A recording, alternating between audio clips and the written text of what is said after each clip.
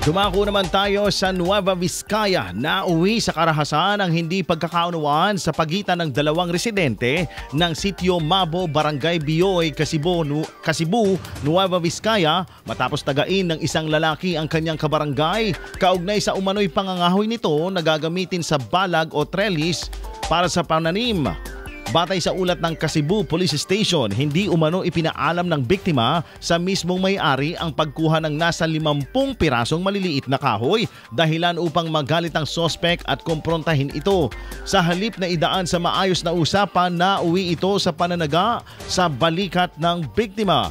Ayon kay Police Major Rosel Damil, hepe ng Kasibu PNP, isang malinaw na halimbawa ang insidente ng kawalan ng komunikasyon at hindi pagdaan sa tamang proseso. Kusang loob na sumuko sa pulisya ang sospek kasama ang kanyang mga kaanak para aminin ang nagawang krimen.